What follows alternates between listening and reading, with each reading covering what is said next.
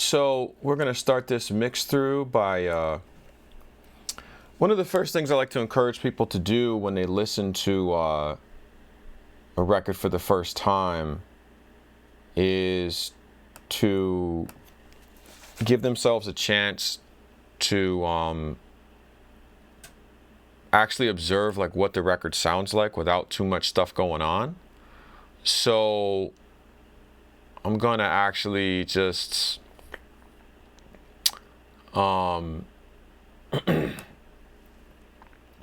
disengage some of these plugins here, especially on vocals, definitely on the chorus,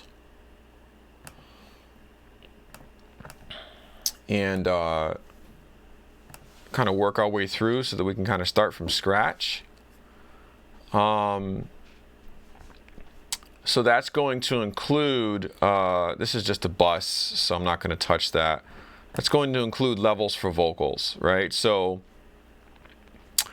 I'm just going to turn anything that you can hear to a place where they would start at, and you know, kind of fill those blanks in, so to speak. That's volume, da da da da. Chorus extras. This is a really good section here because this is actually how the vocals were blended into place. So I'll go over that. So I'm just going to bypass these for now. By the way, this is a song called Worth a Song, and I'll give you guys the credits information in a moment. Just trying to make sure I don't have too much crazy stuff going on here. No.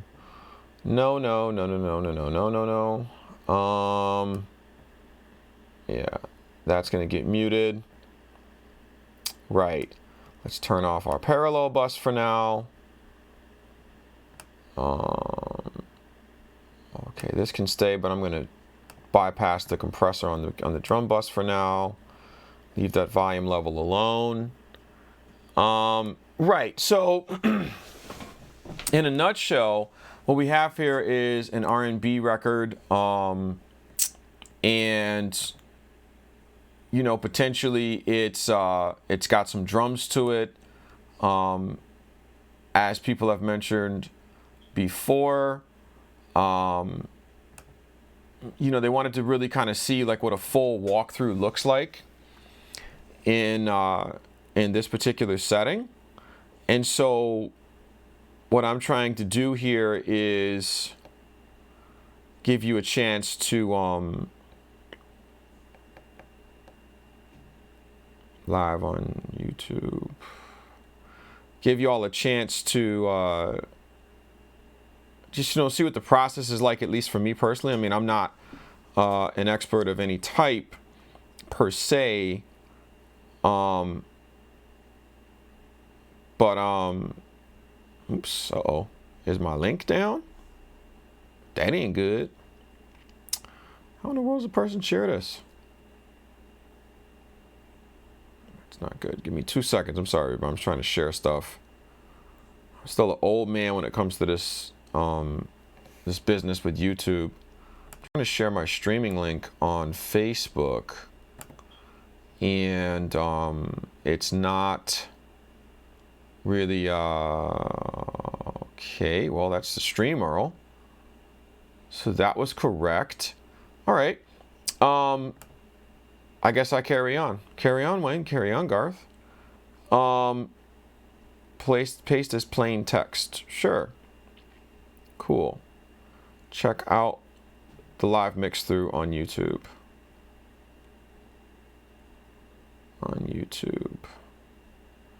And I'll put jaw eyes. Nope, that's not what I was looking for. Jaw guy, there you go. All right, so first thing we're going to do is listen. Let me know if I have any issues with levels. We shouldn't. So we're, let's see, we're going to unmute that. There are already prints in this session, no pun intended, from the previous work done, and the idea was to kind of get to a place. Let me just put this on YouTube. YT. Not moving nothing. I'm not moving a thing. To put this on YouTube with me kind of working, I'm going to mute all these effect sends too, with me kind of working backwards from the beginning of the record. Okay, so this way not much mystery is left to the conversation, so to speak. So I'm going to, yep, that needs to go away. Some of these sources actually only got processed with Zulu too, believe it or not. But what would be ideal is to, yeah, okay. So what I'm gonna do is just push play and give it a listen. I'm trying to see where we actually get the start of the record. The top of the record's around here. So let me see if I'm correct. All right, so right now we have silence, but we're gonna have some music in a second, so just hold on to your pants. Let's see what we get. All right, we got music.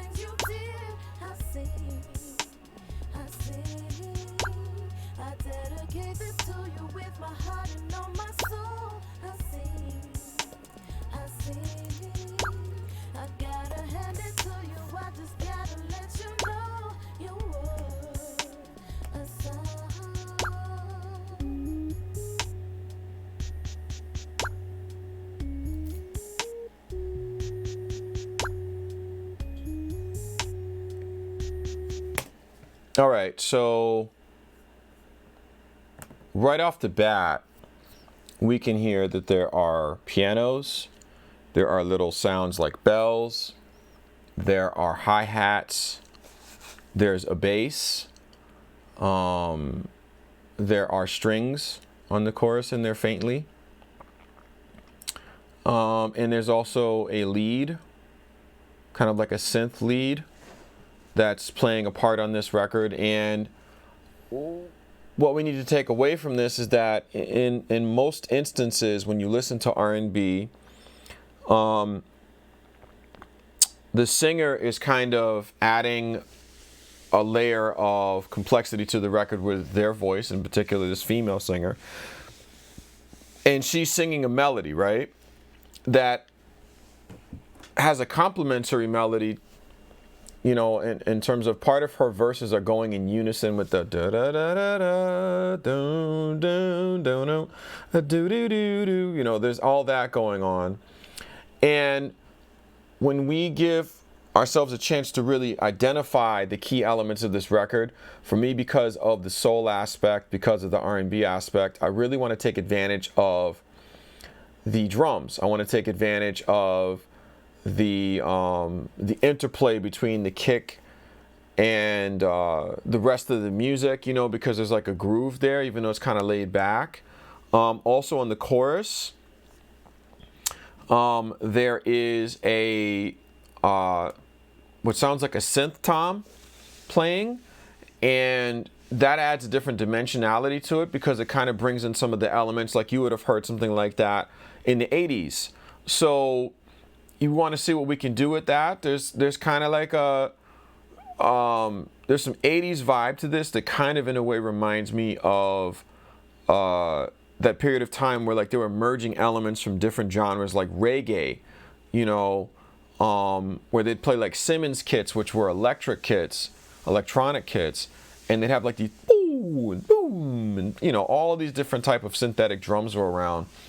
And the producer of this record has taken these sounds and kind of incorporated them into this modern production.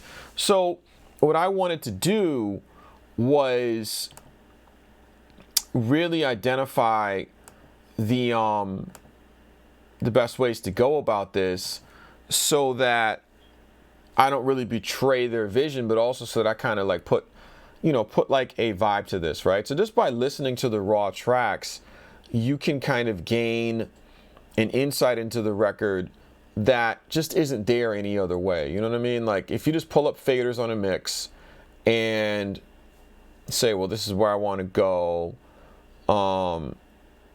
without really listening to the song, then you're kind of, shooting in the dark with your eyes closed, with your ears shut. There's a lot of things you're sacrificing to do that.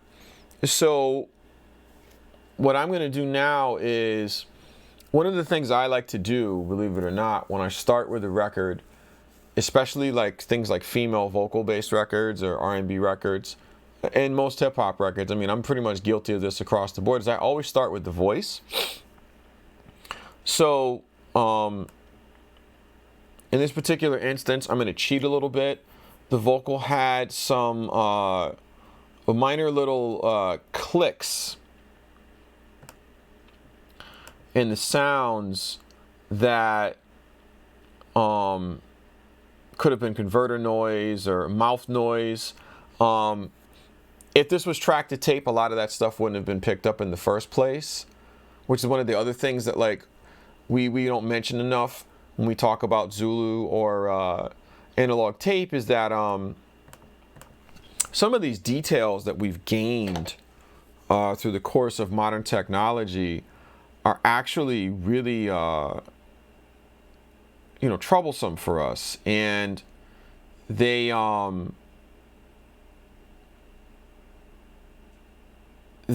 create problems in ways that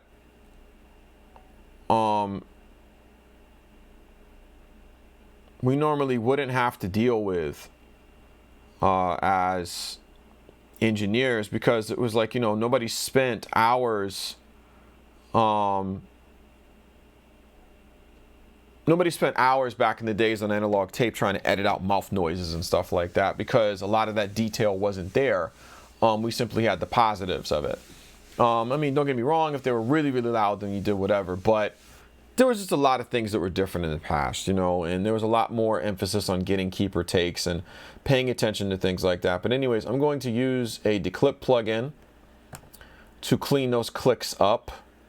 And then what I'm going to do is, sometimes this is a little annoying to have to move this all the way over. But what I'm going to do is, I started with an 1176 on this particular chain. That's one of the things I always go to. As you can see, I wound up at 12 o'clock. Let's see if and I didn't have 100% dry, wet. Let's see if I was off with my 12 o'clock approximation. So I'm going to turn this back on and push play, and I'm going to start with the lead verse, right? So I'm going to come here. Now, baby, I can say, a thousand things about the things I like that you do. Okay. But that won't take away from the millions of times where you pull through, like just the other day.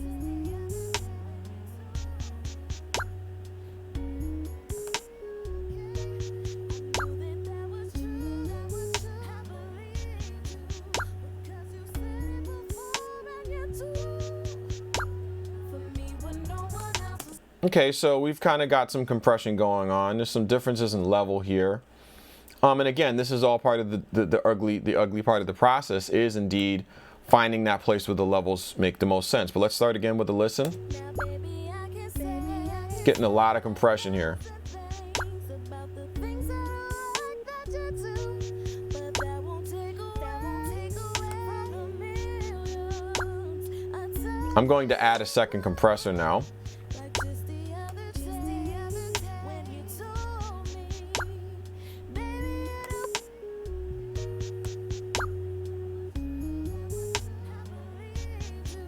because you said it before and you too. For me, when no one else is there, you did it all for me. I say. So right here, I'm going to just reset this piece too. The range was turned down so that she didn't compress as much. So those are like some of the things that are different here, but I'm going to keep going. Now, baby, I can say, a thousand things about the things that I like that you do, but that won't take away from the millions of times where you pull through, like just the other day, when you told me, baby, it'll be okay. I knew that was true. I believed you because you said it before. Now, just so you notice, this is just a, the lead vocal on this is a single track, but some of those extra ornamentations that are going on are actually in the vocal itself.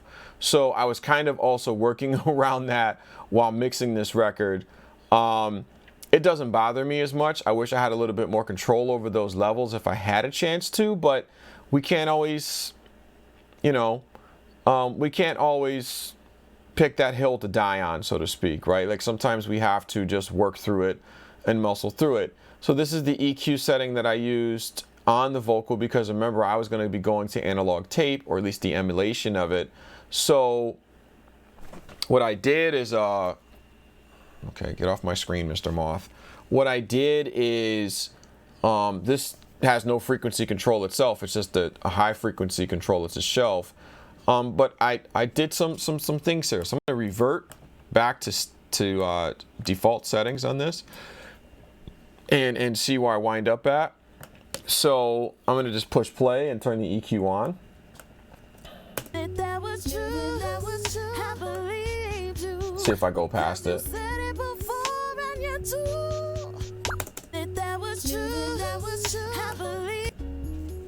Start from here. Now, baby, I can say, a thousand things about the things that I like that you do, but that won't take away from the millions of times where you pull through, like just the other day, when you told me, baby, it'll be okay. I knew that was true. I believed you because you said it before and you too. For me when no one else. Listening again.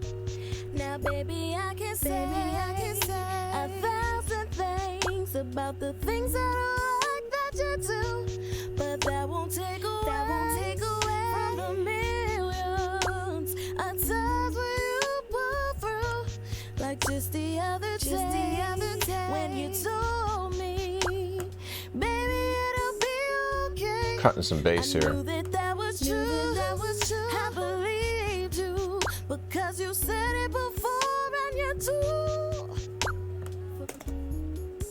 Mm-hmm. Now, baby, I can say a thousand things. Doesn't need that. About the things that I like that you do, but that won't take away from the millions of times when you pull through. Like just the other day, when you told me, baby, it'll be okay. I knew that was true. I believed you because you. This is also the part where it is a little difficult at times to demonstrate this, because on this mix, like, I rely on Handsome Audio Zulu so much to handle a lot of the transient things that go on with recordings. But I'm also monitoring through Zulu right now, and I don't want to like keep incurring latency penalties to mess with the stream. But what I would do is normally hit Zulu here and then add this other declipper again, just to really clean it up. So here's a listen on that. Thanks for that. Now, baby, I can say a thousand things about the things that I like that you do, but that won't take away from the millions of times when you pull through. Like just the other day, when you told me, baby, it'll be okay. I knew that was true. I believed you because you said it before and you do. All right.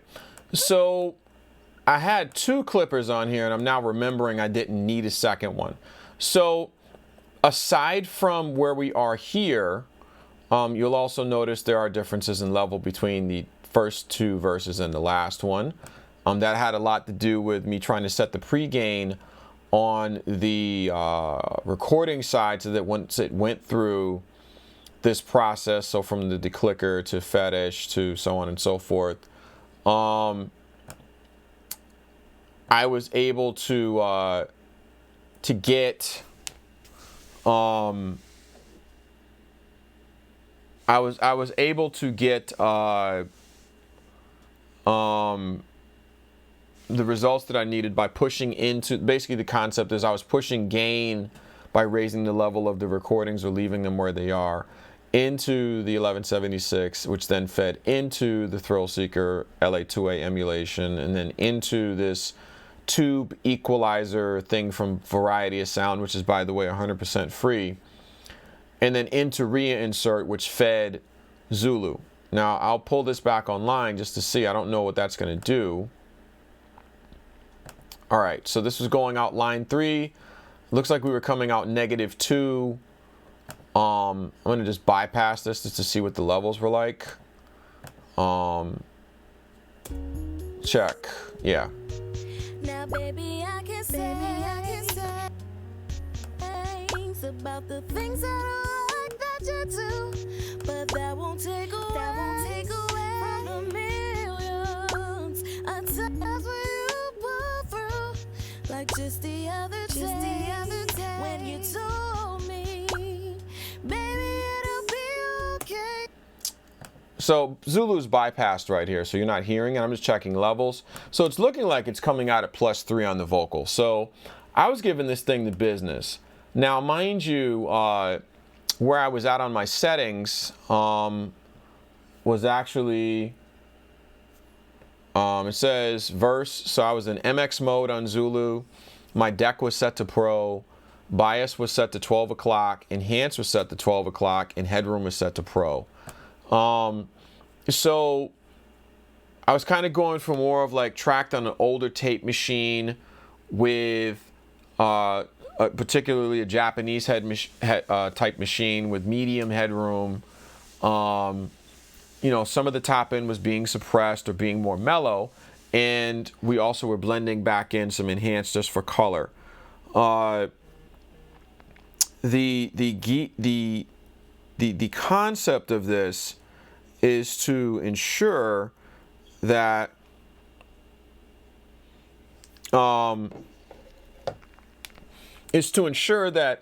those penalties, you know, like we talk about the loudness wars, there's treble wars in audio too. And a lot of times what you notice is that we'll get tricked into believing that the brightest thing we can do to a vocal is the best thing to do. And most times that's not true. The idea is that if you have brightness you can manage, whether or not it's brightness that's out of control is another question. So being able to manage brightness is actually where I feel you wind up in the best spot. So what I've got here now is I have these two tracks. I'm gonna these three vocals. I'm gonna mute this recording and unleash on the record the post Zulu print, which basically is the end result of printing these things through Zulu at that level of +3 and coming back out and then back into the computer, and then what does it sound like with all the prints? So let's give that a listen. Hopefully it doesn't sound horrible. Now, baby, I can say 1,000 things about the things that I like that you do, but that won't take away from the millions of times when you pull through. Like just Sounds the good. other day, when you told me, baby, it'll be okay. I knew that was true. I believed you because you said it before and you do. So right away you can see that so much has been like taken away from that vocal that you don't have to live with so many other artifacts of the recording process that are penalties for the most part, right? I mean, even with Zulu on the 2-bus right now, right? Which is actually no, it's not there. That's great. I'm actually happy about that. I don't want any problems from this, right? Because we're just listening to tracks right now, right? Just the raw vocal by itself is not enough to get us there, right? Like if you listen to that again, I'm going to listen to the raw vocal again, the plain one.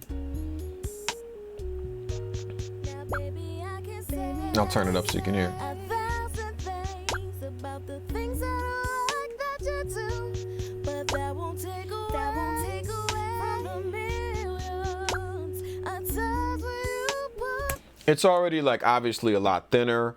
I know that I've equalized it, but I didn't really add bass. I took most of it out. I cut it at 110 hertz. I was cutting bass at 250 hertz. And then sending it to a tape machine, which was going to give it a bump in the low end, especially in the low mids, and offset a lot of that top end activity. So one of the other things that people may mistake is that you don't have to use a de-esser when you use a tape emulation or things like that. It's whatever works. In this particular instance, I didn't. It doesn't mean I will never use a de-esser again because of Zulu. I'm just saying your propensity to use it will change, but also what's really cool is it will also change the way the de-esser sounds on the vocal, because the transient information from the treble is not really that loud when using Zulu. So it smooths it out a lot and gets rid of that thing where the de-esser is working so hard that, as one, I think it was Quarter Piece and 607 were saying, it'll make them lisp. And you don't want to sound lispy. You just want to sound like you're less essy, right? So what I'm going to do again is mute this and go back to the Zulu-fied vocal, so to speak. Is that a word? All right. Now, baby, I can say 1,000 things about the things that I like that you do, but that won't take away from the millions of times when you pull through. Like just the other day, when you told me, baby, it'll be okay. I knew that was true. All right, so let's stop the presses right there. That's working for me, okay? So as an engineer, my thing now, it's a little premature, but my thing now is going to be setting the mood of this record. And I know that that seems a little,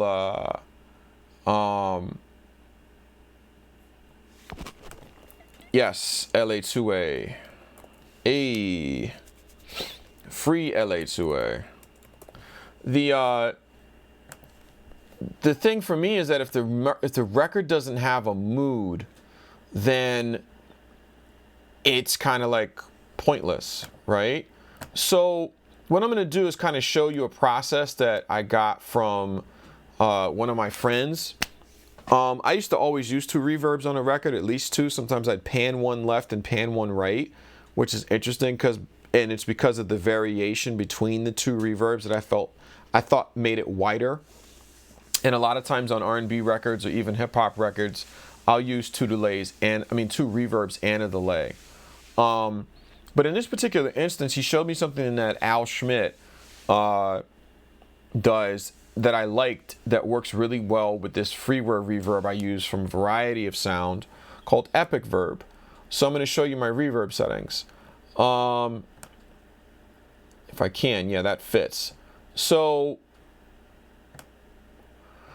Epic Verb is meant to emulate like a lexicon for ADL or something in that regards. And so I'm going to show you a few key important pieces of information here. So if you look at the length of time on the reverb, it's 4,031 milliseconds, which is actually like 4 seconds.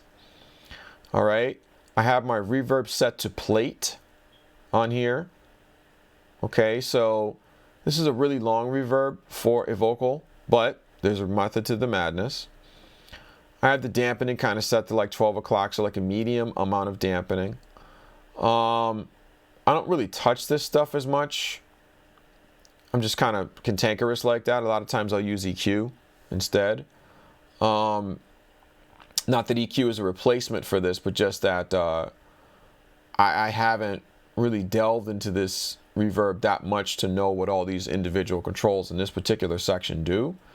But I don't really play with early reflections like that. I just always get the results that I want. You know what I'm saying? So what I do a lot of though is actually EQ the reverb. I'm a big fan of the sound of the Beatles, Phil Spector, Motown, and a lot of those old school plate reverbs are actually very heavily filtered. Sometimes on the send and sometimes on the return. And so there was always a area that was of interest was the mid-range.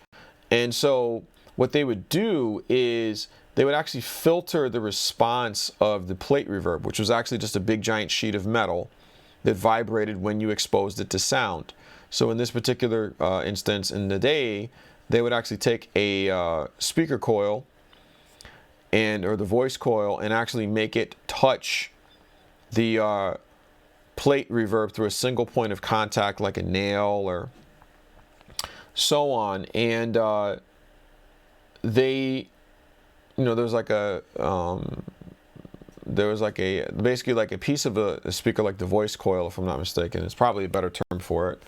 But that would there would be a nail at the end of the voice coil that would be glued, and it would create like this single point of contact, and it would transmit the energy of the sound into the plate, right? And the plate would vibrate, and based on the size of the plate and the material the plate was made out of would determine the length of time the plate would vibrate for. And you could use things like a sponge to stop that from vibrating as much, which is really cool. But anyways, back on track, right? The thing that they would do with those reverbs is EQ the shit out of them. So they would typically filter out the top end. And at Abbey Road with the Beatles, this low pass filter, which is basically cutting highs, would normally be tuned to around here, to about 5K. And they would cut the bottom end of the reverb somewhere between 200 to 300 hertz. Okay? And this EQ control up here also has a nice thing that allows you to kind of push other frequencies in addition to cutting them. So in this particular instance, what I had going on was a boosted 550. I'm kind of trying to make the mids grab a little bit on the reverb, the low mid. And I was also trying to extract some energy at 2.3K, or I believe this is high Q, so this is supposed to be like a narrow boost. I mean, I was just trying to get some activity out of the reverb basically at this point. So what I want to do is show you what this reverb by itself sounds like on the vocal, because a lot of people, reverb's like a thing, right? So what I'm going to do is push play. This is going to be extremely loud for reverb because it's full blast. And what is the send level looking like? A lot of stuff's going here. For now, I'm actually just going to solo the vocals and push play and see what we get out of the volume. How's that? Okay. So I'm just going to solo the verse, only the verse, and see what I get for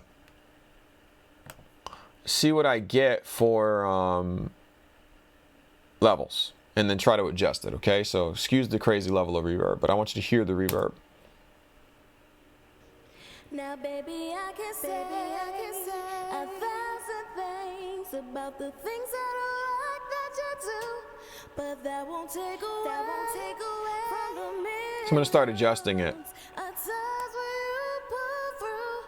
Like just the other day, when you told me, baby, it'll be okay. I knew that was true. I believed you because you said it before and you do. Now, baby, I can say a thousand things about the things that I like that you do. But that won't take away from the millions of times where you pull through, like just the other day, when you told me. Now the fun part is this is kind of like where I wound up on the record. Sure, I'm off by a dB or two because I don't have any music, but that's where the long reverb goes on the vocal. Is it's meant to kind of add more of a tail, right? So this is where it gets really intriguing. The short verb, as you can see, right, is not engaged yet. So what I want you to do is pay attention to that while I add that, because if you look at the short verb, going over here, the short verb is only 180 milliseconds, okay? The dampening is far less. It's still a plate. There's a pre-delay on it. Al Schmidt in his book talks about about the messing around of these different things. And again, it wasn't necessarily just to emulate him per se. It was my friend who was getting really good results with plug-in reverbs, and he showed me Al Schmidt's book as a teeing off point. And then I kind of made my own thing out of it, my adjustment to my workflow and everything. So very similar things going on here, except I'm boosting at different points. So here I'm boosting at 300 hertz instead of 550. I'm boosting at 7K instead of 3K or 2.3K. I've got the cut closer to 5K and 250 on the short reverb. So I'm going to show you what the short reverb looks like now, and I'm going to put it up full blast and let you hear what it sounds like in all its glory. So here we go. And then I'm going to get some tea in a second. I got some tea boiling. Now, baby, I can say a thousand things. So automatically you hear that it's kind of like almost more like a room kind of sound, right? So again, listen to that. About the things that I like that you do, but that won't take away from the millions of times where you pull through, like just the other day, when you told me, baby, it'll be okay. I knew that was true. I believed you because you said it before and you do. So I'm going to actually listen to this now with the other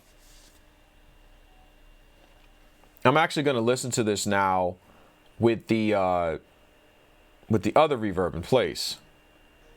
Now, baby, I can say a thousand things about the things that I like Yikes. that you do, but that won't take away from the millions. I'm going to start adding the other reverb in now. Like just the other day, when you told me, baby, it'll be okay. I knew that that was true. I believed you because you said it before and you do. Again. Now, baby, I can say 1,000 things about the things that I like that you do, but that won't take away from the millions of times where you pull through. I'm gonna start muting the reverbs. Just the other day when you told me, baby, it'll be okay. I knew that that was true. I believed you, but now, baby, I can say 1,000 things about the things that I like that you do, but that won't take away from the millions of times where you pull through. Like, so as you can see, one of the sticking out things about these particular reverbs that is something I want you to think about when you're mixing your own records, if you need reverb, is that because these two reverbs are overlapping in different ways, and because it's almost like a form of harmonic excitement, so to speak, the piece that's really intriguing to me about all of it is that the two together form a new sound. That's the takeaway. Independently, they just sound like, one sounds like a room sound, and which is more like an echo chamber, and one sounds more like a reverb that's just long, but then together they form like this new energy that really marries to the vocal in a really unique kind of standoutish way that doesn't really obstruct your ability to hear the vocal. And that's a lot of what the two reverb thing is all about. And then what I like to do too here is I use a delay a lot on vocals, and I do a lot of heavy filtering. So in this particular instance, on the mix, I had the vocal turn really quiet, but I used an analog delay instead of a tape delay, which is one of my favorites. I had it synced to the music. So I got the BPM of the record from the producer. I synced the delay at a quarter note to the music. I kept the feedback level like really low, like 8%. I didn't really want it to repeat a lot. Quality of the reverb, I kept it high. This is a freeware plugin called Handsome Audio Classic Delay. Great plugin. I believe, unfortunately, the developer passed away some years ago. Great guy. I think his name was Torben. And he released all these free plugins before he actually went to a paid service model. And then he passed away, unfortunately. So, you know, RIP to him. But his plugins remain, and they're great, especially when you don't have any money and you need some good plugins. He makes a compressor, an EQ, phaser, flanger, reverb. He does it all. He did it all. So this delay is really cool because I can also cut bass if I want to, but in this particular instance, what I did is 100% wet, and then I cut all the highs above 4.5K. So I'm going to show you what this sounds like full up, without the other two effects, because again, I believe in I believe in layering things, but also so you can hear them for yourself. So just the other now, baby, I can say 1,000 things about the things that I like that you do. that's full up. Pull it down.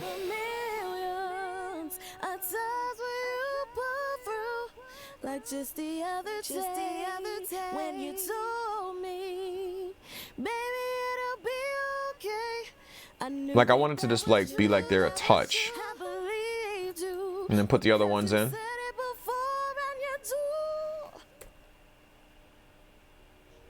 Now, baby, I can say 1,000 things about the. So you're starting to hear the overlap now. But that won't take away from the millions of times where you pull through.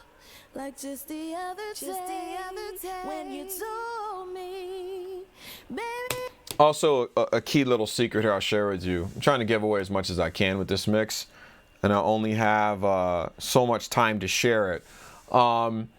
Is I'm using a saturator on a bus that all the vocals are in. So if I take this out, it really like makes you understand why I do it. So this is without it. All the effects are in. Now, baby, I can say a thousand things about the things that I like that you do, but that won't take away from the million. I'm gonna put it in now. Times where you pull through, like just the other day when you told me, baby, it'll be okay. Out. I knew that was true. I believed you because you said it before and you do. It's like, why would you not have that, right? It's a no-brainer. Saturated on the reverb, it's a no-brainer, right? So, anyways, that's where that's at. So let's go back to the record now, because I think I kind of have like a mood on the record. So let's take a listen.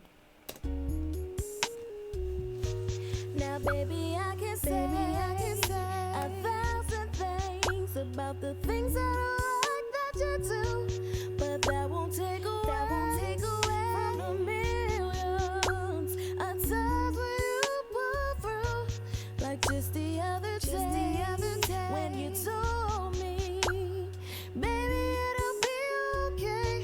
I knew that was true. I believed you because you said it before and you do. For me, when no one else is there, you did it all for me. I say, and baby, I'll just thank you for the little things you did. I say. Right, so now let's move on to the instruments, okay? For now, the thing that I worked on immediately on this record that I thought was like the most important thing was the piano. So the first thing I did to attack the piano, believe it or not, was just use an equalizer, and I'll show you the curve on it. Not much happening here, folks. I did a boost at 3.2K, rounding up, and it was 4 dB. And then going into reinsert, I was going in like a +9. So let me see what the level looked like. Let's see here.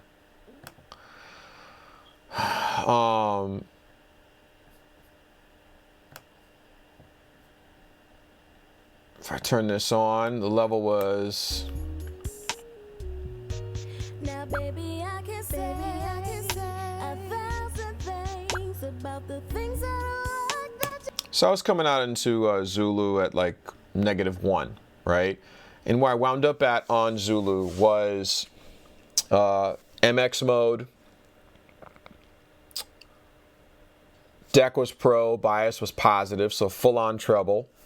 Enhance was set to 0, so there's no enhance, and headroom was set to pro. So this is very much like if I took that piano sound and just basically jammed it onto tape with a boost in the mids, and I was coming out, and, you know, I wasn't even really pegging it, what would I get? And so the idea was to kind of color it a little bit, and really use Zulu to kind of compress that piano and give it more authority in places that I felt it could be warmed up, especially as a a soft synth or canned sound, potentially, you know, something out of like a sampler player library. I don't want to call anybody out here, but that was the general idea, was to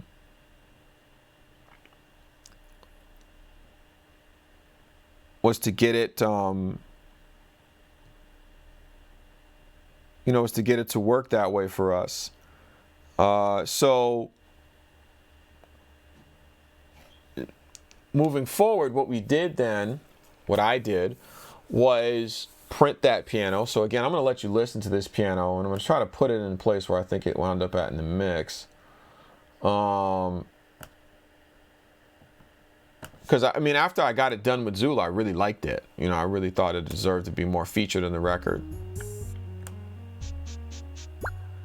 I'm going to put where the dry is at, I think.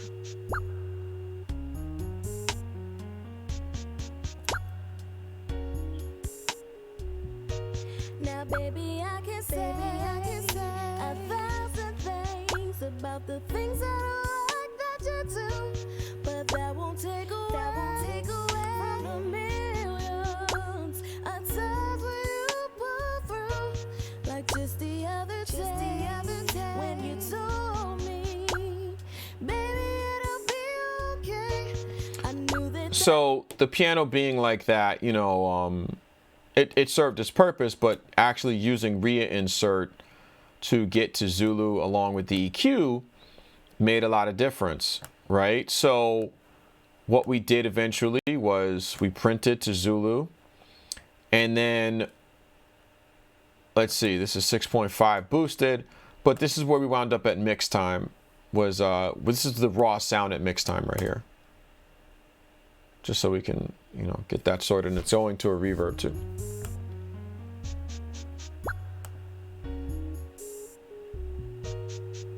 Here's the, you can hear like the spank happening on the notes.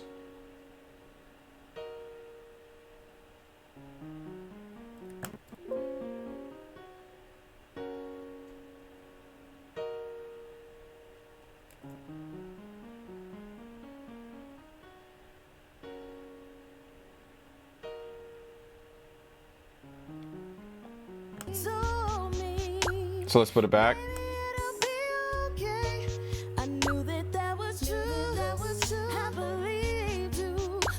You said it before and you do. For me, when no one else is there, you did it all for me. I said, and baby, I'll just thank you for the little things you did. I dedicate this to you with my heart and all my soul. I gotta hand it to you.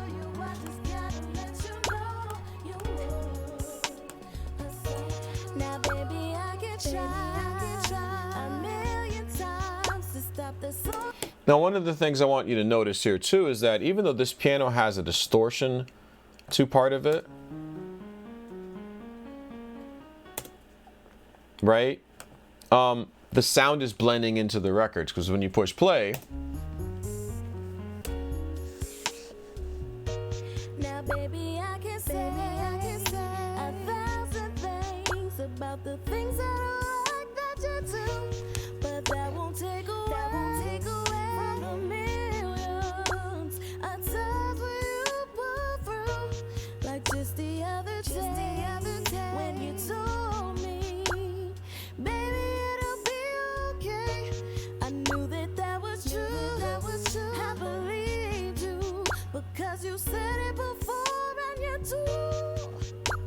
For me, when no one else is there, you did it all for me. I said.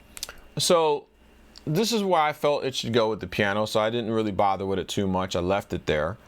And then I kind of moved on and followed that same process for the rest of the sounds on the record. So some of them I did not do everything that I did to the other tracks. So for example, like this organ ended up getting, you know, just hit with a saturator, in particular Tesla by Variety of Sound.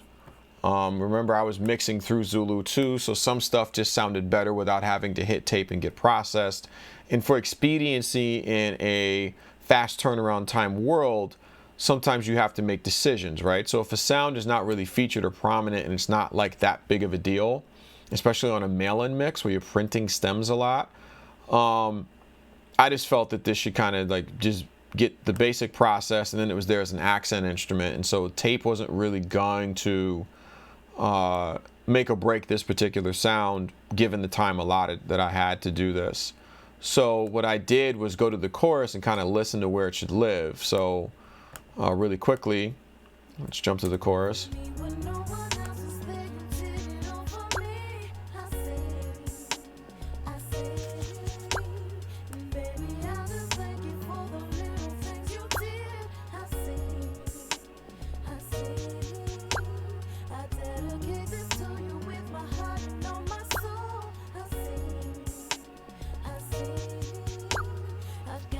And I did the same thing with the strings.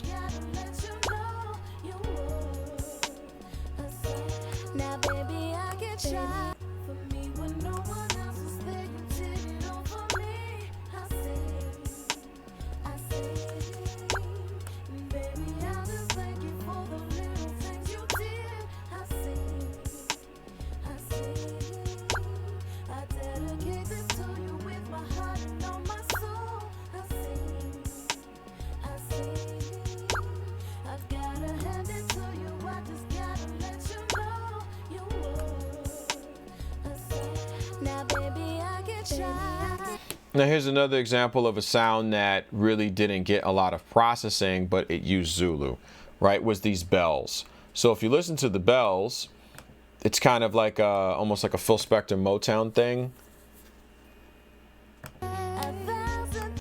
They're just in there, right? But I really felt like they could come up.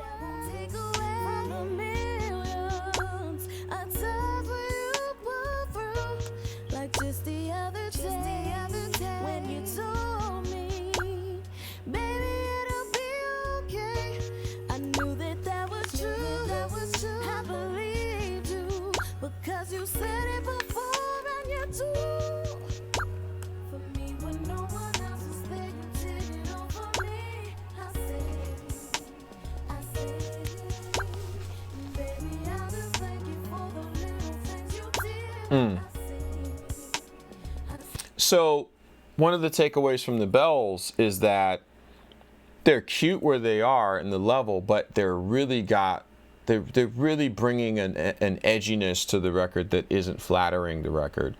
They're kind of like more like FM bells off of a DX7 or vintage 80s Yamaha Japanese synthesizer, which has its place, but in digital it doesn't really sound as good. So what I actually did is run that into Zulu, which is, I'm telling you, one of the things that makes Zulu a really effective tool is that when you've tried everything else, you can just pull Zulu out and be like, you know what, I don't have the perfect EQ, I don't have the perfect compressor.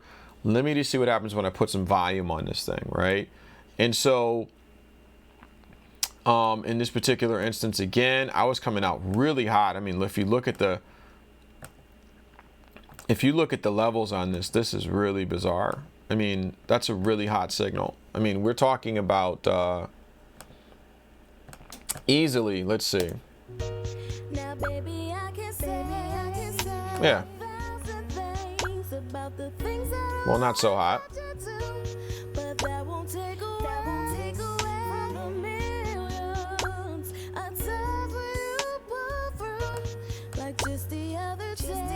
Right, so in this particular instance, I was just using the input fader on Zulu to offset the fact that the recording was so quiet coming in from the mix, right? So by using the input fader, just saved me a little bit of editing. And usually what I do is I just turn off Zulu, or in this particular DAW, reinsert, which is the routing for Zulu, and I used it to print. So this is what the final print of the bells came out like. There's obviously a lot more meat in the individual because I did a lot of boosting, and then I also turned up the gain on this quite a bit. But I'm going to show you what that sounds like because it's actually very smooth. So if you listen to it in isolation, pretty. All that edge is gone. Look, listen to the difference. Here's the other one.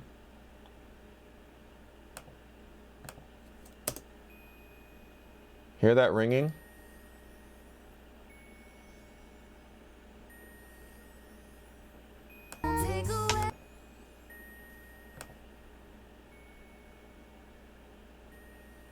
It's just like all the note. is there now. Like, that's gonna show you a lot about how that extraneous information that was there, that was kind of masquerading as like cheap treble, you know, oh, I'm treble, we're here to save your life. And in my experience, it just makes your life more difficult as a mix engineer when you have too much information to manage. So in this particular track, the print after Zulu was so far superior. I mean, it's just wow, like that's, and this is at a straight up, you know, after the return from tape. So I'm just going to push play and kind of adjust the level on it. I can say a thousand things about the things that I like that you do, but that won't take away from the millions of times when you pull through. Like just the other day when you told me, baby, it'll be okay. I knew that. So it's there, it's kind of got like that beckoning to it, that, you know, there's a beckoning to this that just makes it easier for you to kind of pick the bell out, but you're not going to be annoyed by it as much. And I can always adjust that later, but moving forward,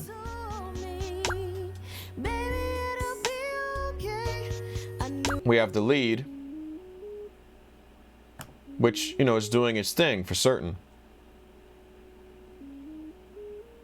And the only thing I did to process this lead was run it into Zulu. I'm going to shut the level. Now, baby, I can say a thousand things about the things that I like that you do, but that won't take away from them.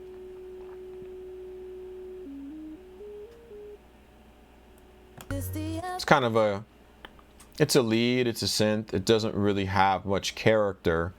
And I was like, you know what? I think some analog character with this would really make a big difference. MX mode again. I try to really stick to the same mode for prints as much as I can on records, unless I absolutely have to jump around. There's MX mode, Japanese deck, bias at 3 o'clock, which means that I almost cut all the highs out.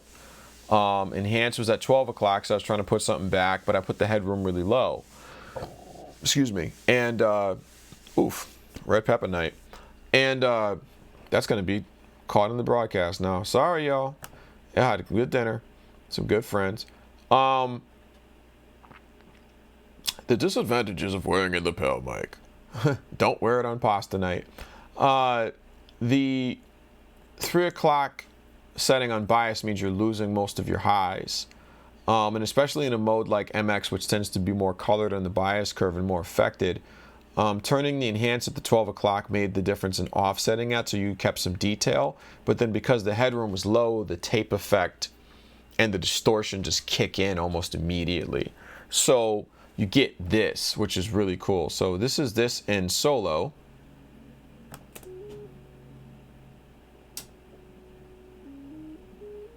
That's the dry, right? And then this is the same track. I'm going to bypass this EQ. This is the same track. I'll try to get the levels to be similar in bypass and solo.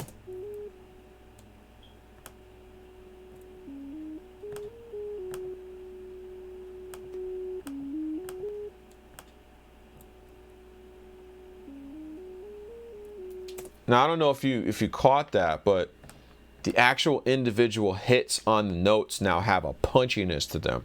Like instead of it just being woo, you know, it's now it's like boo boo boo boo boo. Like it's almost like you've added a plosive to the individual notes, right? So what that makes it is something that's going to stick out a lot more in a record when you bury it at level, right? Because now you have an artifact, you have an attack portion of the notes that normally wasn't there. And you know what you have to understand too is that as an engineer, when you want to bring these things forward in a record, you might actually have to use automation to do that. But here you got a single piece of gear that when you hit it with the right amount of gain, like that's the setting on Zulu half the time, just how hard you hit it. You get this on synths or any other thing that might just need that extra. and it's just all about how you smack it. And what I did here was, after the comeback, I cut low end, and that's it. And I added some gain to offset the fact that I filtered it. But it's very simple chain. Very simple. So here's the finished sound, and I'll try to mix it in.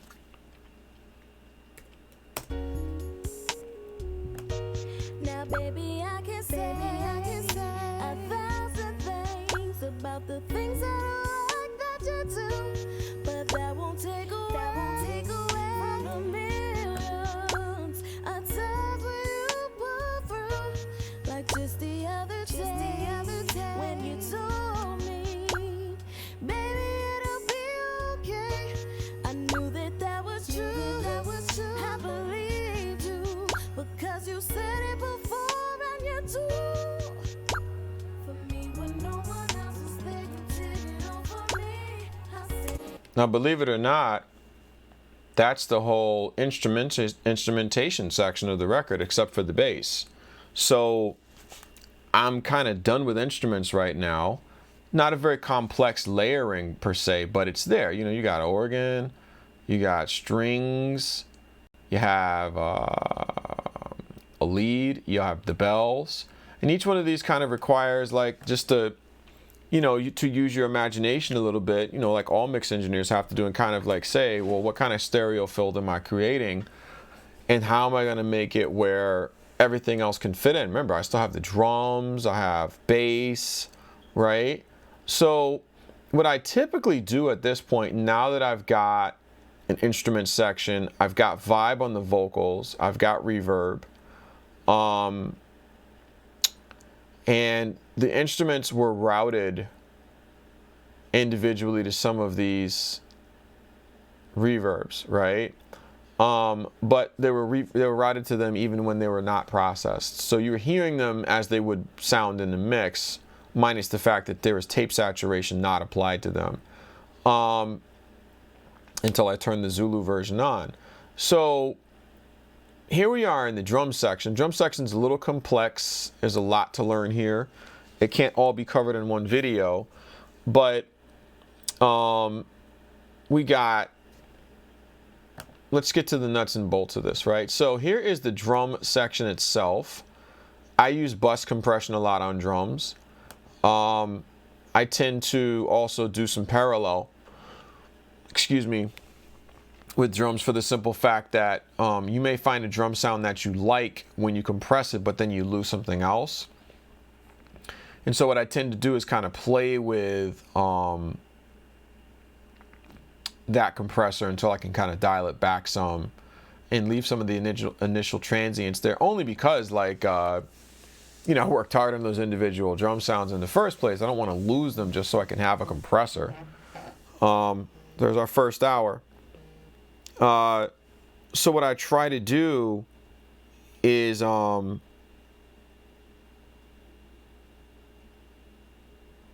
really make sure that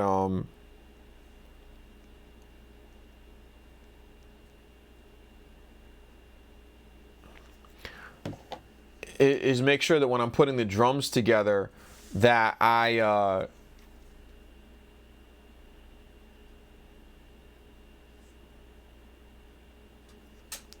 make sure that I have everything that I need in the tracks, and the drum compressors is kind of there to add like some attitude to it. It's not really there to take away those things.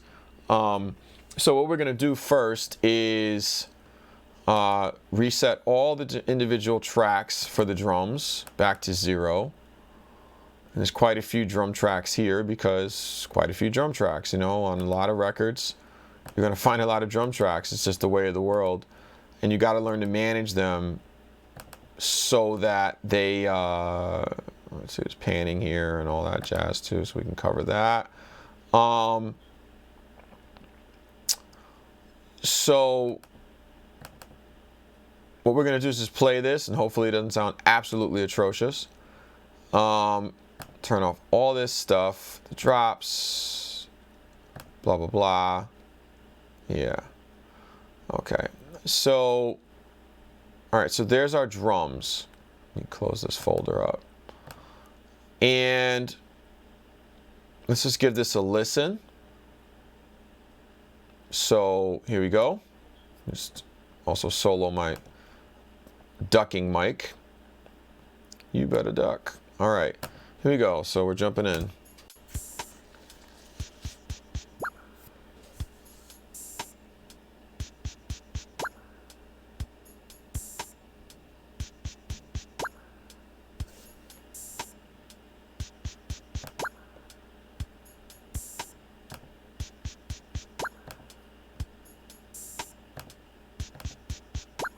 There we go.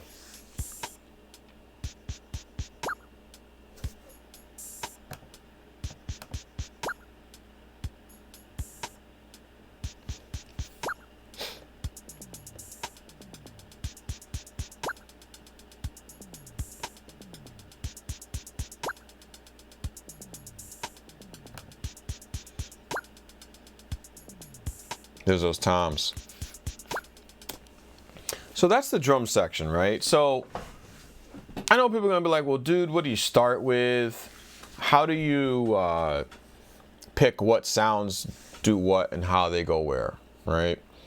Kick and snare, I tend to start with first, just as a creature of habit. I mean, I'm a person that grew up learning how to make records with bands, but also with an MPC 60. So kick and snare are like two of my favorite parts of any mix. They have to know, you have to have an intimate relationship with those two particular sounds to really get a good record happening, I believe. Because even though we may work really hard on those sounds, sometimes we also have to know when they need to take a step back to the rest of the record too. Not all records are meant to have like banging like kick and snare sounds in your face. You know, they're just meant to be in the record and to have some authority or some presence or add an accent.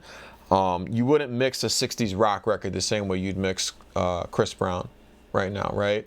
So you have to kind of know your genre a little better and just do some listening, do some constructive listening at times and say, you know what, this kind of has this kind of vibe to it, so I'm gonna go here. And then the people will tell you like, oh, you know, that's the bad, you know, but that is the living and learning of engineering. It's something you practice, and a lot of it involves listening to music. I would like to think, not just the music you're working on, but just music in general, so you can appreciate those tasteful choices that make records. So anyways, that's my speech for the day. So what I'm going to do now is just start with kick and snare. So here's the kick. Okay, kick got a bunch of little things on it, but we're going to start with kick. So I don't really work in solo much unless there's a problem with an instrument, so I'm just going to get right into it. There's the kick. I'm just going to talk while I work. Are you ducking right now? Yeah. So let's check out what I started with.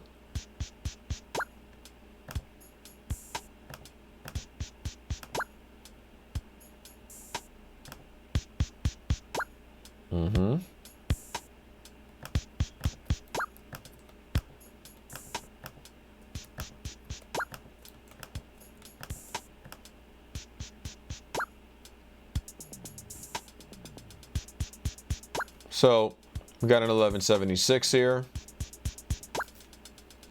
Got like a medium attack, medium release. I have it set 8-1. You get more stuff out of it that way, more THD. So I'm gonna start turning it up, the input level.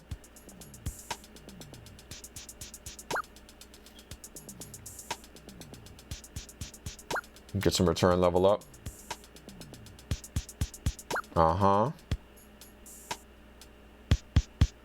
There's a kick there. Tap, tap. Got knock in.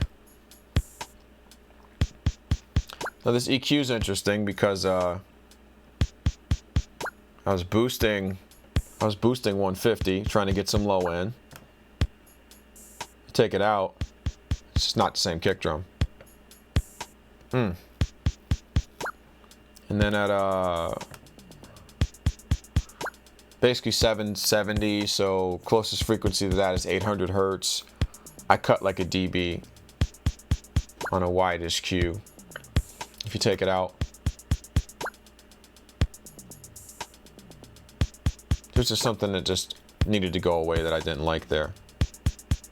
It just sounds more like a... It's on the louder hits.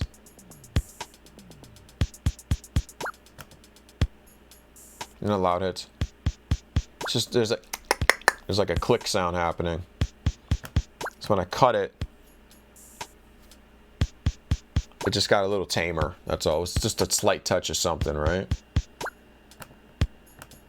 Yo mama. Okay. Right? So like, and this is like the most fun part of any record to me, is mixing the drums. Like, you gotta have fun here.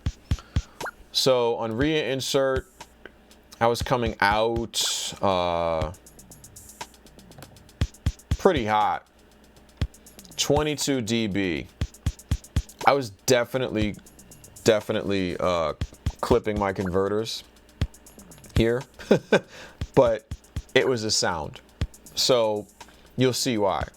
Because you can't hear it now, but these different choices, the compressor, the EQ, they force Zulu into this really creative space for the kick drum that just wasn't possible anywhere else. So I'm going to turn all this stuff off.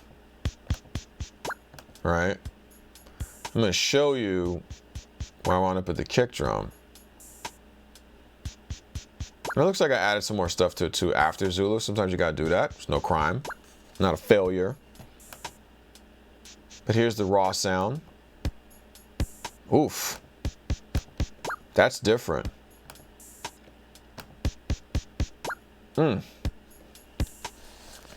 That's got some meat to it, right?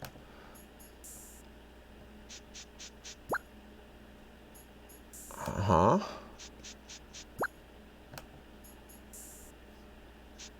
Let's go back to 2.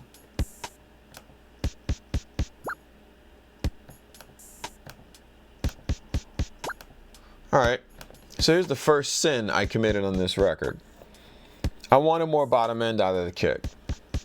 It wasn't there.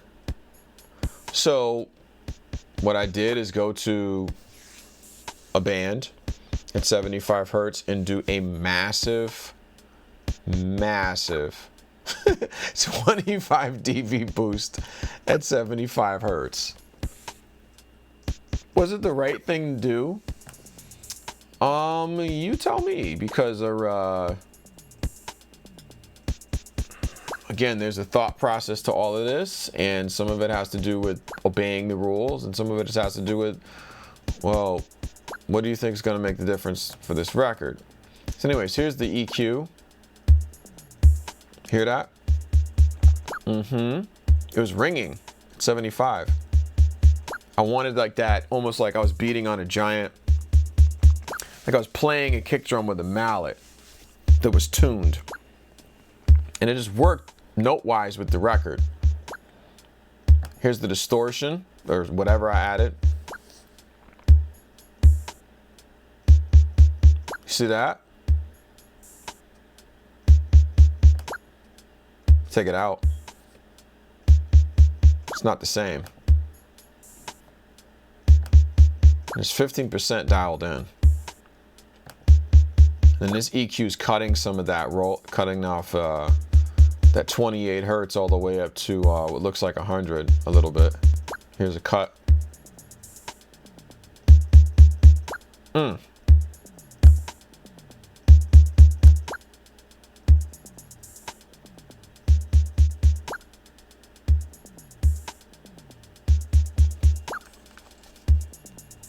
Yeah, that's hitting pretty hard.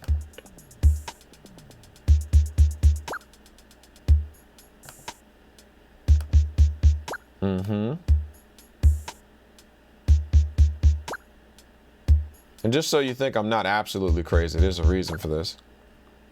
Oops. Whoops.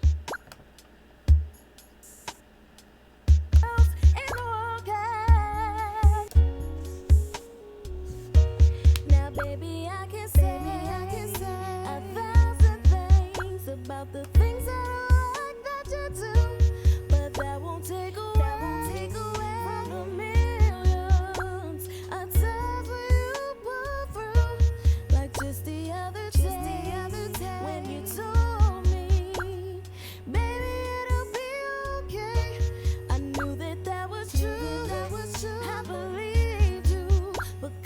said it before and you do. For me when no one else is there, you did it all for me. So, all right, if I have to really point it out, I'm actually really happy with that kick drum, and I can fuck with that. Like, let's keep going. You're looking at lights on the screen right now, aren't you? You're like, this red light, it's telling me. No, it's not telling me anything, because if you notice, the master is not clipping, and nothing is distorting unless I want it to. So that's part of, like, also with drum processing, when you're going for extreme sounds, looking at lights versus what do you hear will make you avoid the good meat. You know, you want the good meat. You want that tasty, tasty stuff. And if you don't go after the meat, you're going to miss out. So anyways, now we got the kick rocking. Let's see what we got on the snare. So here's our wonderful snare drum. It's not really doing much. Now, baby, I can say 1,000 things about the things that I like that you do, but that won't take away from the millions of times when you pull through. Like just the other day when you told me. Trying to blend it in.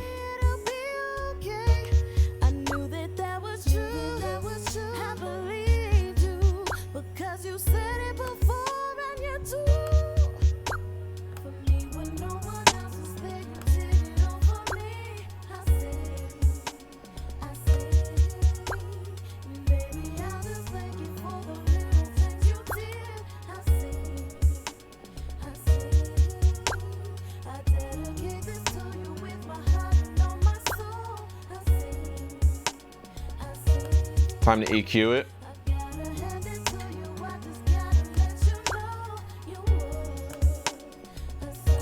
Now, baby, I can try a million times to stop the song that I hear in my heart, but it will always play a melody, because we have come this far. Like how the summer shines, I'ma sing about it. I gotta pour out my love. I gotta let you know that you're worth it, baby. Your love is worth every note. For me, when no one else is there, you did it all for me. I say, baby, I just thank you for the little things you did. I say, I dedicate this to you with my heart and all my soul. I gotta hand it. Just exploring why I did what I did there with the snare and the EQ. But I was right. Baby, That's why. Because it just cracks. what's mine is yours. I sing yours of love. So this song must be for you, because Again, a really hot level on snare. Plus 21. Are you seeing that?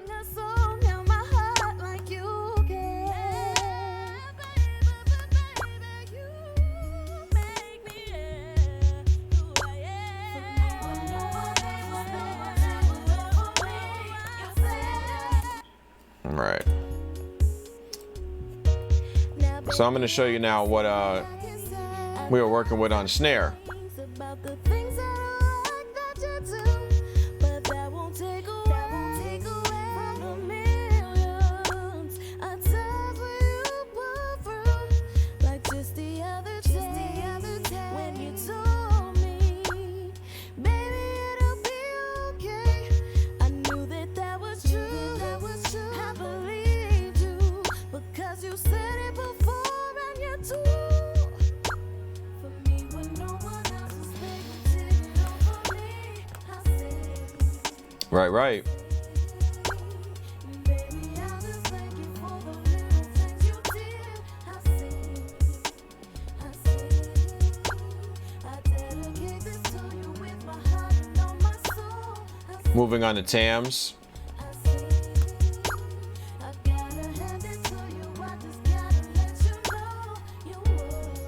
Printed them through Zulu. Now, baby, I can try a million times to stop the song that I hear in my heart, but it will always play. I'm mad because we have come this far. Like how this summer shines, I'ma sing about it. I gotta pour out my love. I gotta let you know that you're worth it, baby. Your love is worth every note. For me, when no one else is there, you did it all for me. I say, baby, I'll just thank you for the little things you did. I say, I dedicate this to you with my heart and all my soul. I gotta hand it to you. I just gotta let you know you were a sign. Baby, take my hand. What's mine is yours. I sing words of love. So this song must be for you because nobody else in the world can bring a song in my heart like you can. Try to really get some cool stuff happening here in the toms in terms of distortion and upper mids. And also the drive.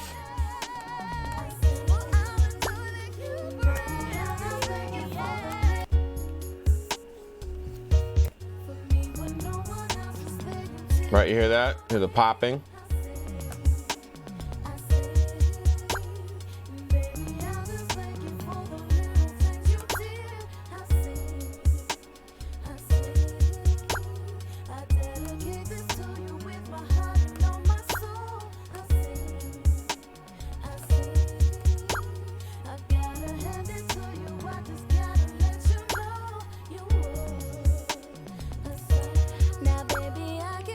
Cut a lot of top end out of the toms. 2K low pass.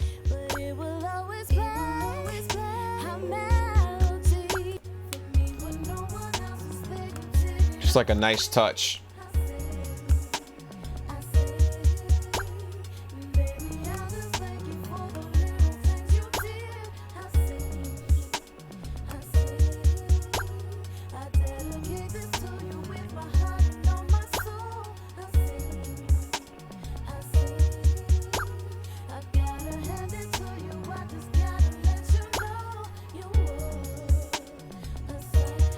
All right, so here's an important piece of this process that's still sticking out, right?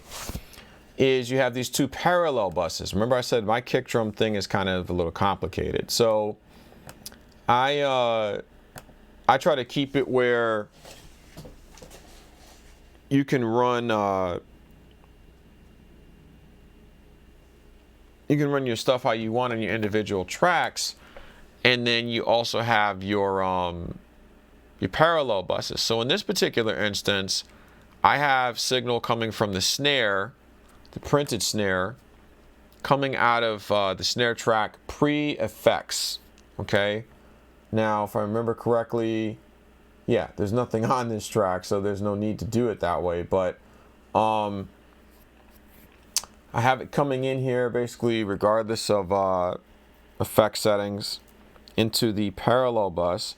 And then I'm using a compressor by an organization called De La Manca, which is emulating the DBX 165.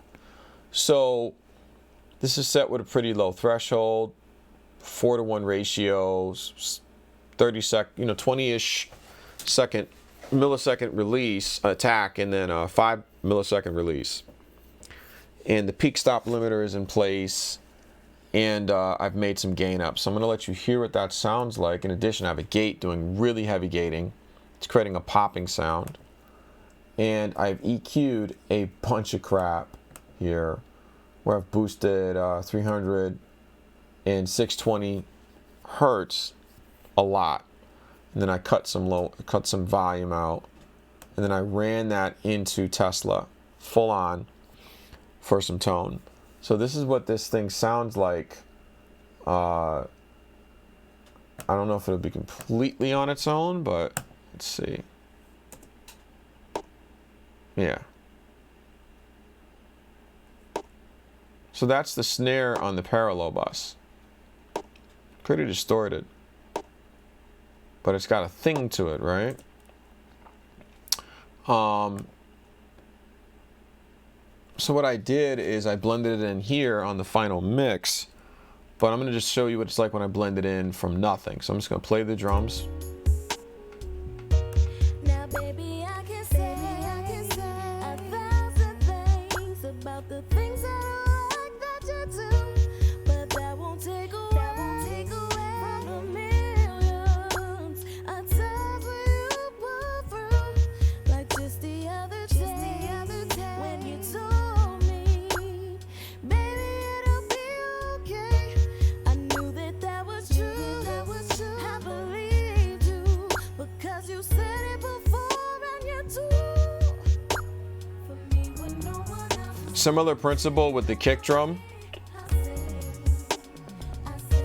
Used a bass synthesizer off the kick to kind of give it a subharmonic element, sub-frequencies. In EQ, let's see if I bring this stuff online, what happens.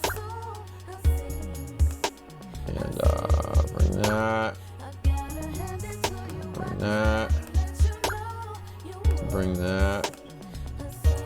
So this is the only one that's kind of like, you may not see it, but this is a sub-harmonic generator, almost like max bass and waves, except I'm not using waves. And this is off the kick drum in parallel. So I used a bass saturator, an equalizer that was meant to cut everything. Where's this at? Where's this cut at? A low pass at 60, believe it or not. And a boost, a 7 dB boost at 74. That hit Zulu. Coming out, I might add, looks like pretty hot. And then going into G clip, which basically controlled even more harmonics in the mids by clipping the return signal from the tape simulator. So what we got at the end of the day was this. I'll just blend it in. Now, baby, I can say 1,000 things about the things I like that you do, but that won't take away from the millions of times when you pull through, like just the other day when you told me, baby, it'll be okay. I knew that was true. I believed you because you said it before and you do. For me, when no one else was there, you did it all for me. I said, baby, I'll just thank you for the little things. All right, so here let's move on to the drum bus piece. I tried Reacomp and I wasn't really happy with it. So what I'm gonna do is show you how I set my threshold for drums. And just go from there and see what I come up with. Now, baby, I can try a million times to stop the song that I hear in my heart, but it will always play a melody because we have come this far. Like how the summer shines, I'ma sing about it. I gotta pour out my love. I gotta let you know that you're worth it, baby. Your love is worth every note. For me, when no one else is there, you did it all for me. I said, baby, I'll just thank you for the little things you did. I said, I dedicate this to you with my heart and all my soul. I said, If I take the parallel buses out, watch this. I gotta hand it to you. I just gotta let you know They make a huge difference.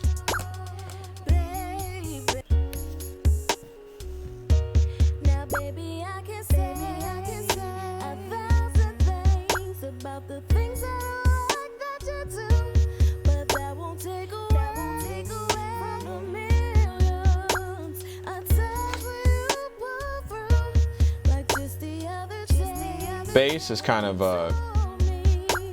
one of those real sensitive subjects where you want to do the best you can with everything, but it's really just a matter of sometimes experimenting. Like, I had the bass set a lot hotter on the original rep before I tried to master this record, but I kept running into a brick wall with, no pun intended, the amount of low end in the record, and so I had to make some creative decisions about how hot the bass was going to be on the final record. So I went back and adjusted it, and still realized that I still had the same record waiting for me. This was, I think, a complementary bass right here. This is this is like basically a doubled bass an octave above the original bass line. So I actually saturated this, got it happening, and then I put it into this booty cue and did some sculpting here and there. This is a boost at 250 to kind of make it distort on certain notes. Pretty strong boost. Another boost on the low frequency shelf. And some drive to give it an edge. Right? And then it's kind of buried underneath the original bass line. And here's the dry bass line.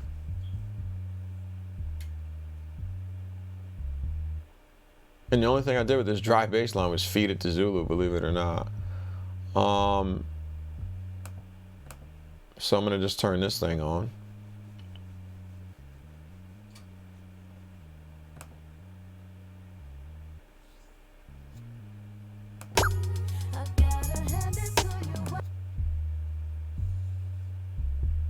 And that's got all the makings of like, oh yeah, that's a bass. And that bass just literally went to reinsert, went into TK mode, deck low, bias negative, enhanced 12 o'clock, and headroom high, and it's just got that thud to it, you know? So I wanted to make sure it really hit on the record. This also really helps to do it in mono when you're trying to set bass.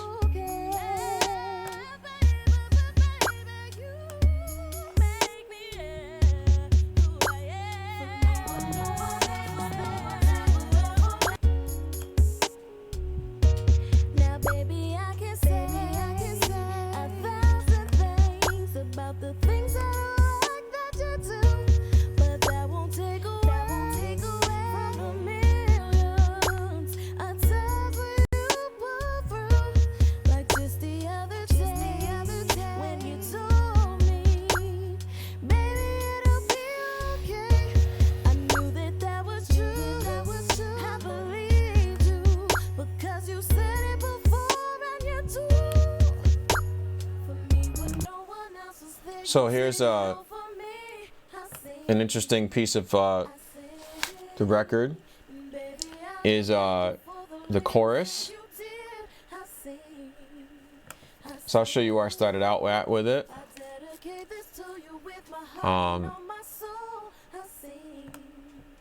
1176 plugin again. I really like the fetish, I gotta tell you.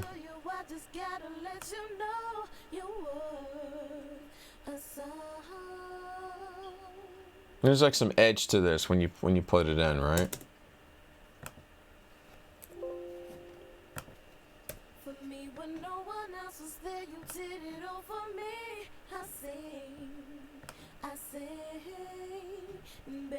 This is dialed way down.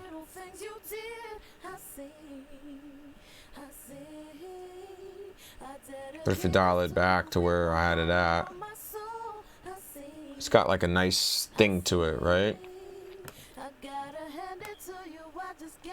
Same thing with the LA2A, dialed way down.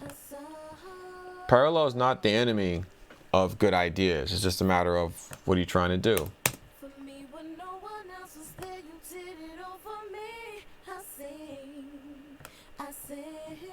Gain reduction set now.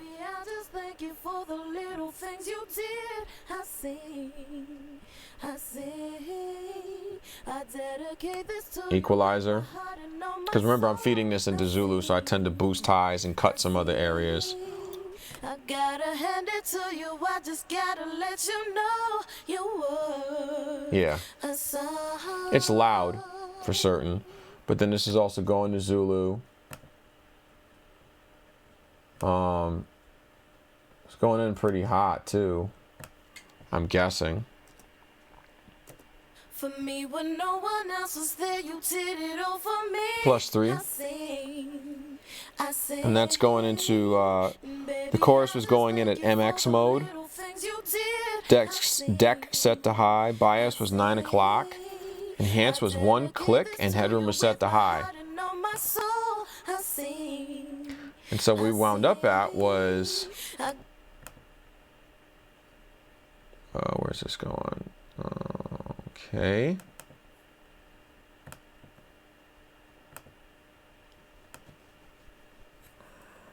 Huh?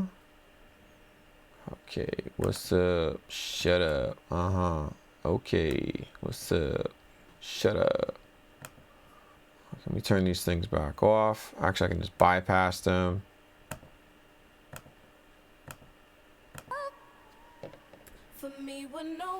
Super buttery smooth. Great sounding vocals. Just removes offsetting volume from loss. Super buttery sounding smooth vocals.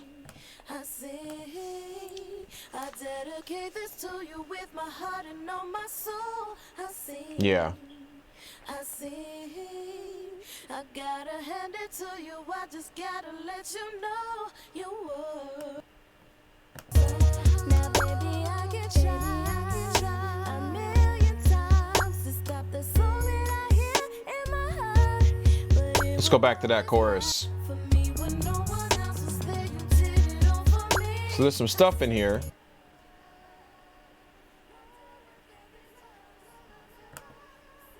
So what I did here was EQ.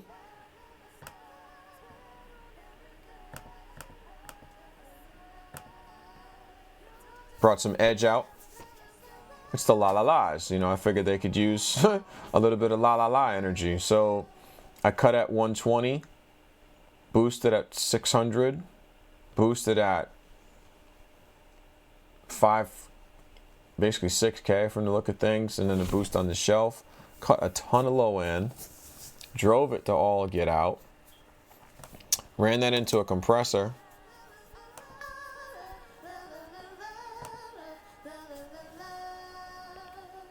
Right? Did some good compression here. Also messed with, again, this was also a key piece of this, was sometimes what I do is mess with the stereo image using a mid-side plug. And I don't know in this particular instance if I did or not, but I don't believe this was on.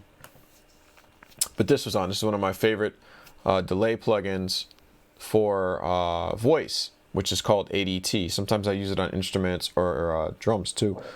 Excuse me. This is like a doubler, but it's free. So it just does something nice to these vocals when I turn it on.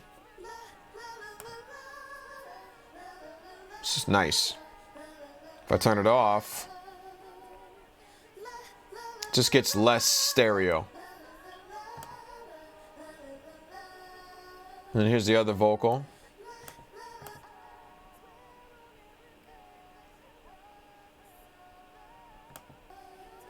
So if you didn't notice, I don't believe this went to Zulu, simply because I wanted some control over it. I figured there might be some revs. Try to build an insurance policy into this.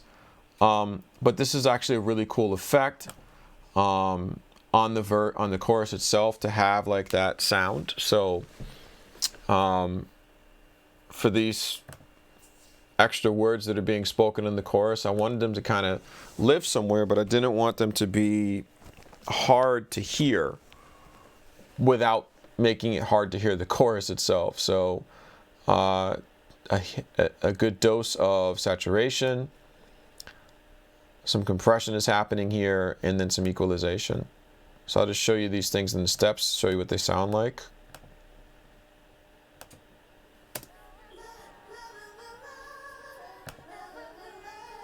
Turning on the saturator. Here's the compressor.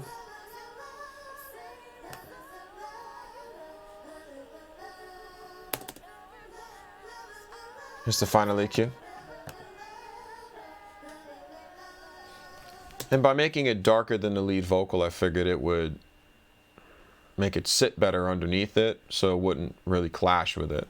So, you know, like if you, and again, working in solo is not really the ideal thing. I don't, but this is more so just for educational purposes.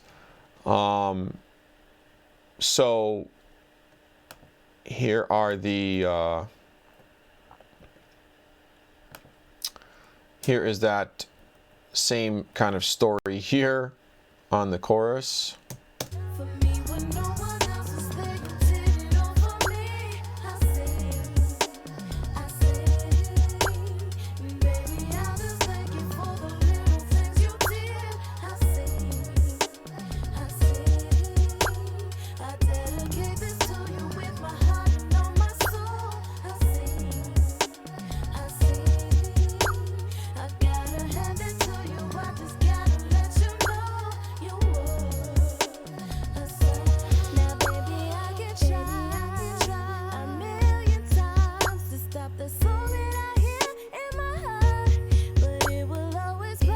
I think those verbs could come up a little bit more.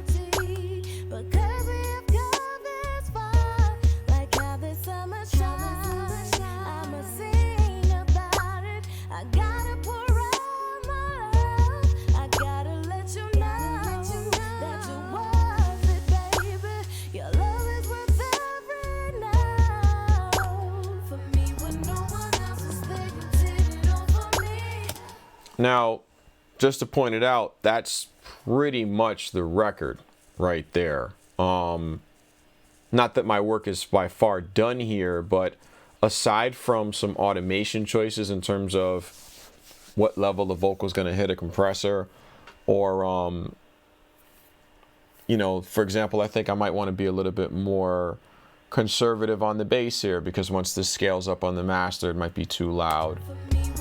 So what I'm going to do is go to the bass and kind of play with the level of it. And especially that kick drum. Got to be careful with that.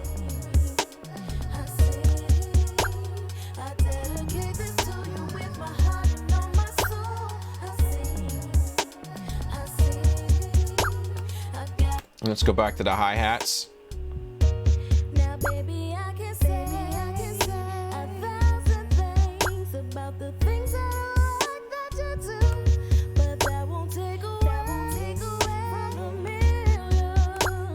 Just gonna step through the hi-hats real quick.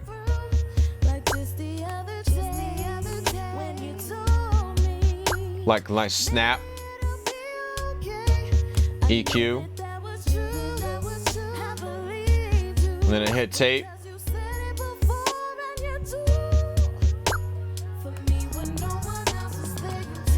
Going out pretty loud.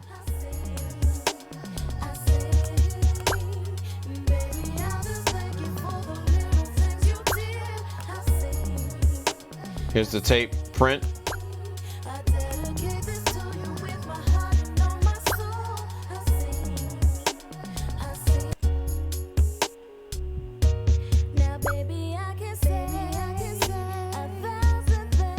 Same story with the trap hats, except they just use Zulu.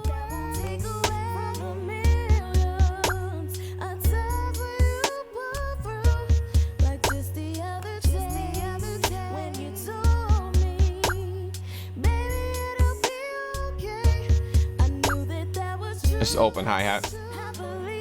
Open hi-hat coming up.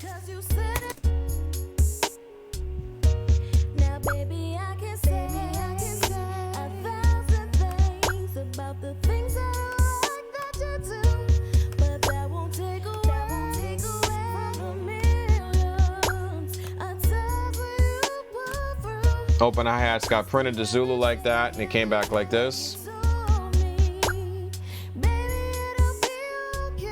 Nice.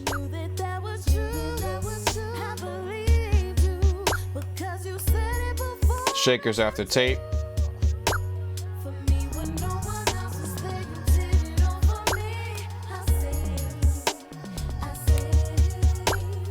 Open hi-hats were TK mode, Pro Deck, bias at 10 o'clock, enhance one click, headroom was low. The shaker was TK mode as well. TK mode works great on drums sometimes, especially if you need really dark formulas. Deck was set to Pro, bias was negative, so it was cutting almost all the highs. Enhance was 0, and headroom was Pro. So these things are adding up very quickly to a whole something. Same story with the trap hats. They were pretty much just processed with Zulu. So just a TK mode again, deck low, bias at 12 o'clock, enhance 0, headroom high, and it's all pretty much done in context. So when I was picking those sounds, I was saying, well, I need some highs to stay on this hi-hat, and most of the highs can go away on the other. So then I wound up here.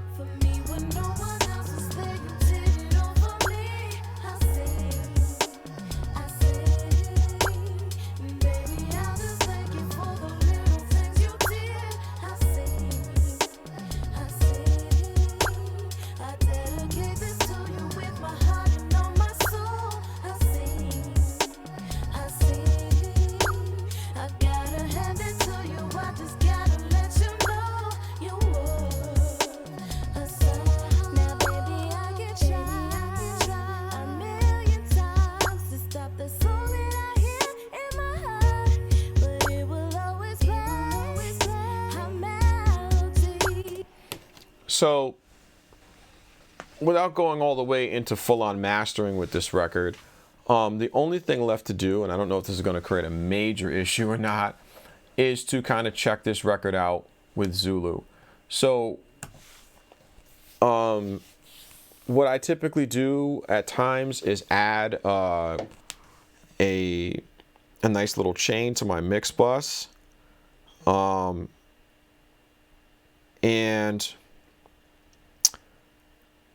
where that leaves me before I hit Zulu helps me. So typically what I do is here I have a boost. It's 2 dB at 30 hertz. Doing nothing here in the low mids. High mids, I'm doing 1 dB at 3K. I did a push at 1.8 dB at 16K with a medium size bandwidth push, and then that went into reinsert, which is set to +10 right now, so I'm guessing that there was quite a bit of level loss here. Yeah, because I attenuated quite a bit. And then here's Reacomp set to what I really love, like a 1.030, kind of impossible in the real world, but it's also because this is a plugin, so I wanted the plugin to sound its best versus what it should sound like in a real piece of hardware. So I'm going to try editing these back in and see if I can get Zulu to sound good. So I'll do them one at a time. So here's the mix.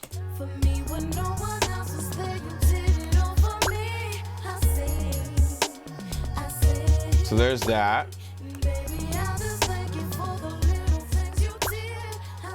Just in case there's some difference in level.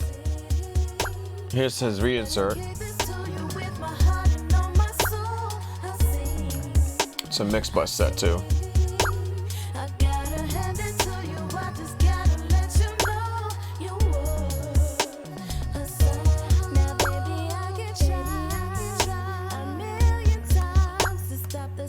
All right, so right now enhance is off, so it's actually supposed to be 10 o'clock, right? And headroom is supposed to be Pro, and it's in MX mode. Yep. So I'm just going to check that really quickly, and confirm that, and then we're gonna, again, we're gonna try setting level on Zulu. So here we go. I'm just gonna push play.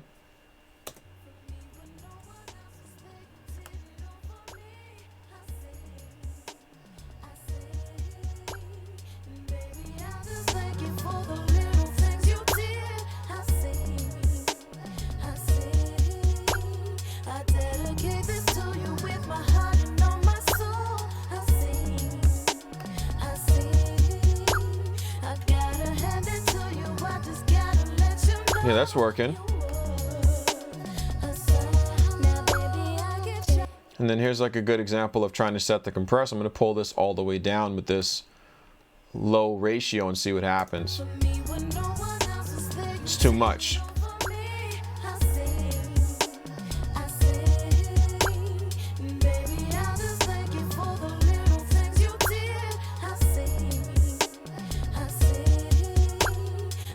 Now just to show you like where I wound up at,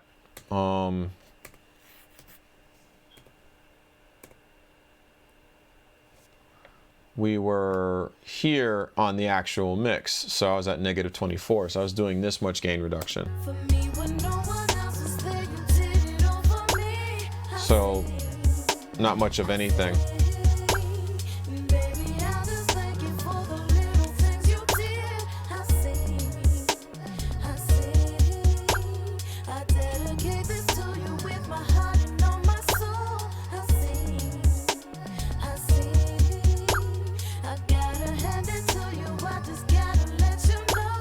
Let's adjust that drop.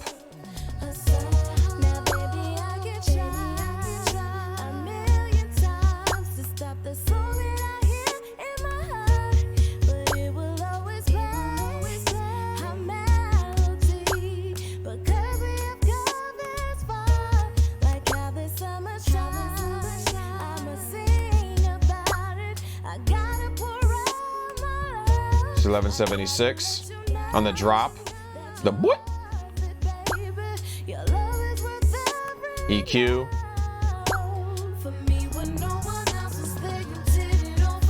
Some boosts. Cuts. Weird but true. Cut at 250. Boosted the low end. Drove the crap out of it. So that's what it sounds like. Pretty loud. It's actually painful. So that's what it sounded like pre-printed. And then obviously I adjusted for level after I came back from Zulu. And this is where I wound up at. So I'm going to turn these effects off. Dun dun dun dun dun dun dun dun dun dun.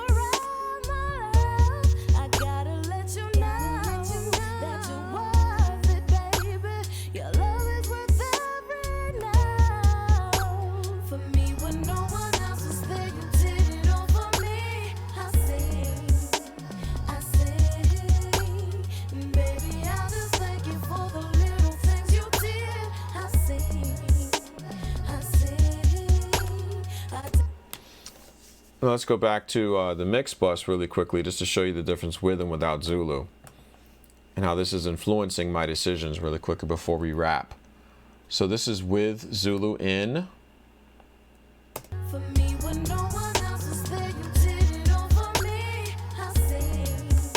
Let's take it out.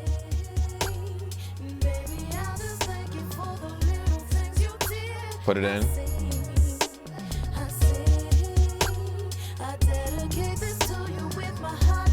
Take it out. Put it in.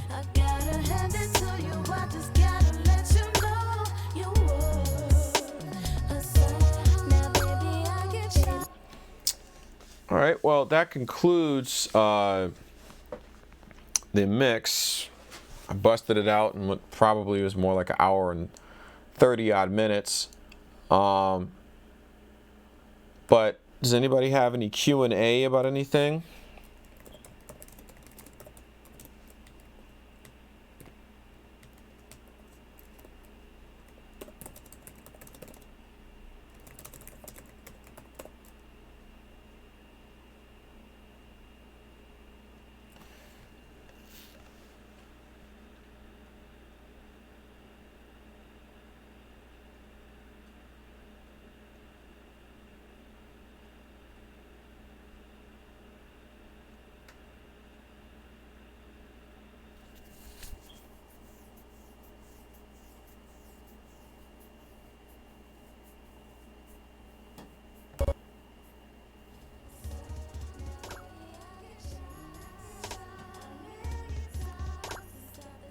Alright, so right now Enhance is off. So it's actually supposed to be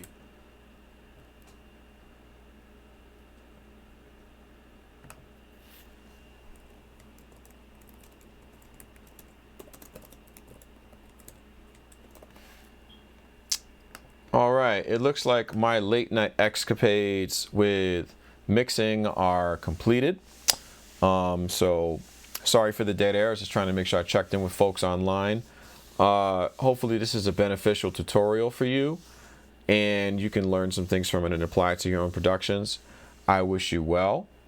My name is Langston Massengale, CEO of Handsome Audio, and I hope that you are well and have a great week and continue to support my business and keep the mission going, and I will reward you with more new equipment and more new insightful things to share as we work on these mixes together.